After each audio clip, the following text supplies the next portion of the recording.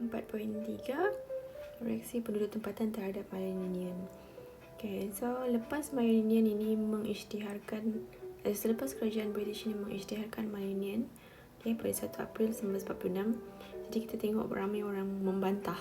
Okay, ada yang sokong, ada yang tak sokong tentang Malayunion ini. Maksudnya banyak reaksi yang ditimbulkan oleh rakyat daripada golongan raja, orang-orang Melayu, bekas pegawai British yang pernah berkhidmat di tanah Melayu pun ada menunjukkan reaksi bahawa mereka ini tidak setuju dengan Malayunion. Untuk jangka masa yang panjang, kalau British tetap melaksanakan Malayunion ini akan memberi kesan yang buruk kepada kerajaan British itu sendiri. Okay, jadi untuk tajuk ini kita tengok reaksi penduduk tempatan ini adalah terdiri daripada reaksi-reaksi golongan raja, macam mana mereka menentang, dan juga rakyat Melayu, macam mana mereka menentang. Okay, so untuk yang pertama ni,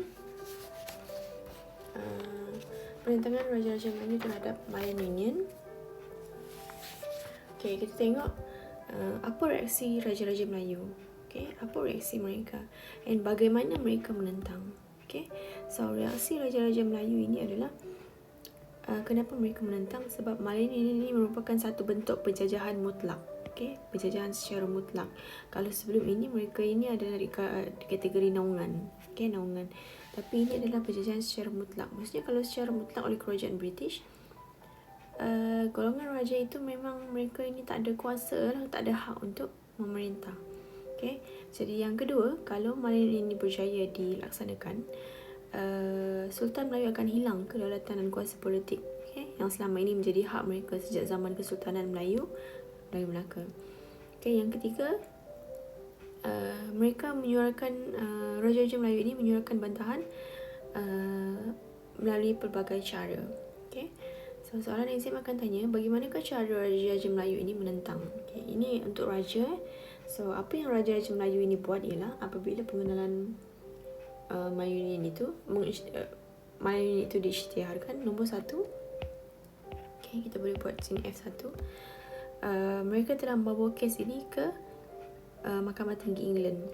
Okay, masa Raja-Raja Melayu ini bersidang di Istana Iskandariah Kuala Kangsar April 1946, so diorang ambil keputusan untuk kemukakan bantahan melalui Mahkamah Tinggi di England. Okay, kalau diperlukan, Sultan Perak, Sultan Kedah dan Sultan Johor akan berangkat pergi England untuk menghadiri bantahan itulah kalau macam mereka dipanggil ataupun mereka diperlukan. Okay, sebab kalau ikut perundangan British ni, Michael ini mendapatkan persetujuan daripada Raja-Raja Melayu dengan cara yang tidak sah. Tidak sah ini macam mana? Kan kita dah belajar sebelum ni, dia guna cara paksaan dan desakan. Okay, nombor 2, apa yang Raja-Raja Melayu ini buat ialah mereka menghantar surat bantahan ke London. Kita tengok Sultan Kedah, Sultan Perak, Sultan Johor, dia dah utuskan surat kepada George Henry Hall bagi tahu bahawa mereka ini diperdaya oleh Michael. Mereka dipaksa, mereka didesak, okay, untuk turunkan tanda tangan. Mereka diugut. Kalau mereka tak turunkan tanda tangan terhadap persetujuan Malayunion, mereka akan tidak diiktiraf sebagai raja, tidak diiktiraf sebagai sultan. Diugutlah maksudnya. Okay, ada juga raja-raja diugut supaya menurunkan tanda tangan tanpa menyedari akibat dia. Okay, so Raja-Raja Melayu ni dia tulis surat bantahan ke London untuk memohon British memasukkan perjanjian yang mereka tanda tangan itu. Okay, kemudian ada contoh di sini, Tuanku Syed Putra Jamaluddin. Okay, dia kirimkan telegram kepada kerajaan British di London, okay, untuk menyuarakan rasa tidak puas hati dia terhadap tindakan Michael. Okay, sebab mereka bagi dia tak diberi peluang untuk mendapatkan nasihat daripada pembesar negeri, sebab mereka ini disuruh menyatakan persetujuan tanda tangan tentang Malayunion ini. Okay, yang ketiga, apa yang Raja-Raja Melayu ini buat juga ialah mereka menyokong Kongres Melayu.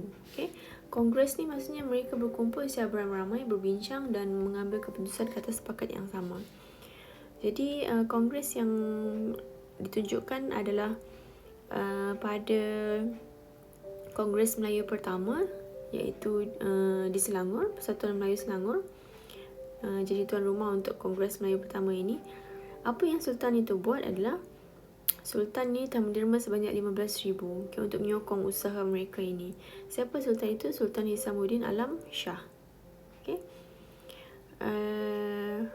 baginda juga yang merasmikan pembukaan kongres ini. Maksudnya menunjukkan kesepakatan antara raja dengan rakyat untuk menentang Malaya Union.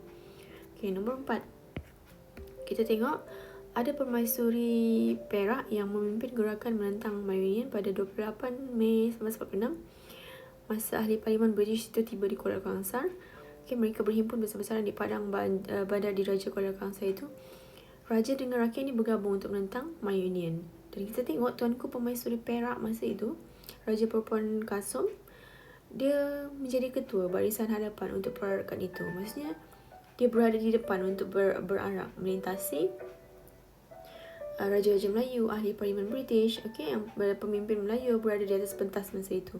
Jadi mereka tengok, okay, mereka kagum dengan semangat Permaisuri Perak ini untuk menentang Malaya Union. Maksudnya mereka ini serius, betul-betul serius, sampai penglibatan Permaisuri Perak pun menjadi ketua dalam perarakan itu. Okay, yang kelima, apa yang Sultan ataupun Raja-Raja Melayu ini buat ialah mereka memulaukan upacara pelantikan Gubernur Malaya Union. Okay, lepas mereka ini berjumpa dengan Datuk Onn Jaafar di hotel station, diorang bagi tahu bahawa minta Raja-Raja Melayu ini supaya bersama-sama dengan rakyat boikot upacara pelantikan Gubernur Malaya Union. Okay, jadi ramai orang Melayu berhimpun di hotel station melaungkan daulat tuanku dan hidup Melayu. Okay, sebab mereka ini merekat untuk memulaukan upacara pelantikan Gubernur Malaya Union, iaitu Sir Edward Chen, dan juga mereka juga mengadakan sidang akhbar untuk membantah pembentukan Malaya Union. So di sini kita ada nilai kita mesti mencontohi pemimpin yang sanggup berkorban untuk bangsa dan tanah air walaupun banyak halangan daripada pihak British. Okey, ini adalah penentangan terhadap rakyat. Soalan boleh tanya macam ni. Bagaimanakah penentangan rakyat terhadap Malaya Union? Kalau tadi raja kan, apa yang raja buat? Mereka melalui Mahkamah Tinggi di England, mereka hantar telegram, mereka buat apa lagi? Kongres, sokong kongres. Okay, ada permaisuri Perak yang memimpin gerakan Malaya Union, mereka memulaukan upacara pelantikan Gubernur. Ini rakyat pula. Apa yang rakyat buat? Okay, yang pertama sekali, rakyat buat untuk membantah Malaya Union ini ialah mereka guna akhbar. Okay, akhbar ini, diorang guna akhbar ini untuk menyuarakan bantahan dengan keras, mengecam dan mengutuk Malaya Union kerana merugikan orang Melayu. Apa contoh akhbar ini? Utusan Melayu, Majlis dan Warta Negara. Okay, akhbar ini juga dia minta orang ramai untuk mengadakan perhimpunan besar-besaran untuk menolak gagasan Malaya Union. Mereka mengambil serius benda ini, tak mahu Malaya Union itu dilaksanakan. Mereka nak kekalkan warisan orang Melayu tu supaya tak hilang. Okay, jadi akhbar ini sentiasa melaporkan perkembangan berita penentangan orang Melayu terhadap Malayan Union. Okay, yang kedua, apa yang rakyat ini buat adalah mereka membantah melalui golongan cendekiawan. Okay, yang mana golongan cendekiawan ini adalah orang yang menggerakkan orang Melayu dengan pelbagai strategi untuk menentang Malaya Union. Okay, kita boleh tengok contoh tokoh-tokoh pentadbir Melayu dan tokoh-tokoh wanita di sini. Okay, kalau buat esei nanti awak boleh ambil dua nama. Contohnya seperti Datuk Onn Jaafar, okay, ataupun Zabah, okay, ataupun mana yang awak senang ingat lah, pemimpin Melayu Johor, Datuk Abdul Rahman Muhammad Yassin. Okay, so mereka ini guna pelbagai strategi untuk merangsang orang Melayu ini untuk menentang, menggerakkan orang Melayu untuk menentang. Boleh juga ambil tokoh Melayu, tokoh wanita seperti Cikgu Zahra Abdullah, okay, Alimatul Abdul Majid. Pilih mana-mana nama. Di Batu Pahat kita ada Cikgu Zahra, okay, membantah pelaksanaan ini. Maksudnya penglibatan mereka ini untuk menggerakkan rakyat. Mereka ini adalah pemimpin yang berpengaruh masa tu. Okay, yang ketiga, apa yang rakyat ini buat ialah mereka menghidupkan semula persatuan-persatuan Melayu. Okay, kenapa nak menghidupkan persatuan-persatuan Melayu? Sebab persatuan-persatuan Melayu inilah yang menghimpunkan orang Melayu daripada seluruh negara dan setiap lapisan masyarakat. Jadi bila orang Melayu ini ada persatuan, mereka ada induk untuk membantah lah. Maksudnya mereka di bawah ada orang yang organisasi yang menguruskan macam mana mereka nak membantah, apa cara mereka, apa ketua dia, macam tu. Jadi persatuan-persatuan Melayu yang dihidupkan semula pada masa itu, ambillah dua contoh kalau awak senang ingat. Persatuan Melayu Kedah, Persatuan Melayu Seberkas, Persatuan Melayu Perak, Persatuan Melayu Selangor, Persatuan Melayu Johor. Okay, apa yang mereka buat? Biasanya mereka menganjurkan rapat umum untuk membantah tindakan McMichael. Okay, untuk mendapatkan tantangan Raja Melayu dan menyuarakan bantahan mereka terhadap Malayan Indian. Okay, nombor 4, apa yang mereka buat ialah bantahan. Mereka buat kita panggil apa keseluruhan ini, berhimpun. Okay, berkumpul secara beramai-ramai, okay, untuk menunjukkan bantahan. Okay, masa ini kita tahu kalau sebelum ini H.C. William itu telah datang ke Tanah Melayu sebelum McMichael kan. Jadi bantahan ini dibuat selepas McMichael datang. Okay, so di Kelantan 15 Disember, masa ini juga McMichael datang ke Kelantan untuk mendapatkan tantangan Sultan, yang mana Sultan Kelantan diugut kan. Kalau dia tak tanda tangan, dia tak diiktiraf oleh orang, tak diiktiraf sebagai Sultan oleh British. Okay, so ada 10,000 orang berhimpun di Kota Baru. Kemudian di Kedah pun mereka buat perarakan. Okay, ada ribuan orang menentang. Itu adalah contoh-contoh ni persatuan yang menganjurkan perarakan itu. Persatuan Melayu Kedah. Okay, seberkas boleh baca kat situ. Okay, kemudian di Johor pun mereka buat bantahan juga. Persatuan Melayu Johor ada join dekat sini. Okay, kemudian beberapa tempat pun mereka berhimpun. Okay. So, apa lagi yang mereka buat adalah orang-orang Melayu ataupun penduduk ini buat, mereka mengadakan Kongres Melayu. Okay. Kongres ini bermula apabila Zabah di peringkat kebangsaan, dia meminta untuk menganjurkan ada satu induk ataupun badan yang kita buat untuk menentang Melayu ini secara besar-besaran. Okay. Jadi kongres yang pertama diadakan adalah di Kampung Baru, Kampung Kelab Sulaiman ini, di bangunan Kelab Sulaiman ini. Berlangsung daripada 1 Mac hingga 4 Mac. Ada 41 buah pertubuhan Melayu hantar wakil masing-masing untuk menghadiri kongres ini.